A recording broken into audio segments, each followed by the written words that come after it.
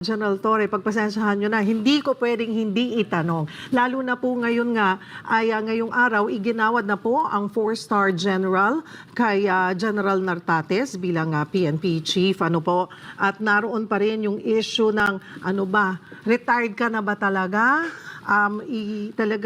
Kasi pag retired na, wala na yung 4-star general.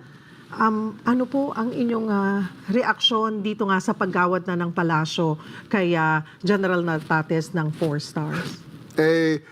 Can we discuss this in another interview? Kasi sa ngayon, I don't have the data and hindi ko nga alam kung ano ang mga nangyayari sa parting yan because I'm so focused here in the MMDA job na ito muna ang ating tinitingnan. Ngayon ko lang din nandito ako sa studio nang mabalitaan ko yun. So, I really cannot comment on it as of the moment. Is this something na you want to discuss first with the President?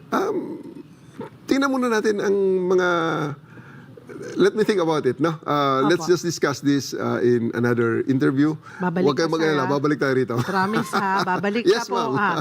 sa iba na lang, sige kung ayaw mo muna. Yun nga po yung optional retirement and even yung sinasabi ng iba ring officials na secondment, yun po ba ay na-plansya na or hindi pa rin? Huwag mo na rin. Huwag na natin i-discuss muna kasi ang dami ng mga opinions yan. I don't think my opinion here will matter as of the moment, no? Hayaan na natin silang mag-discuss yan.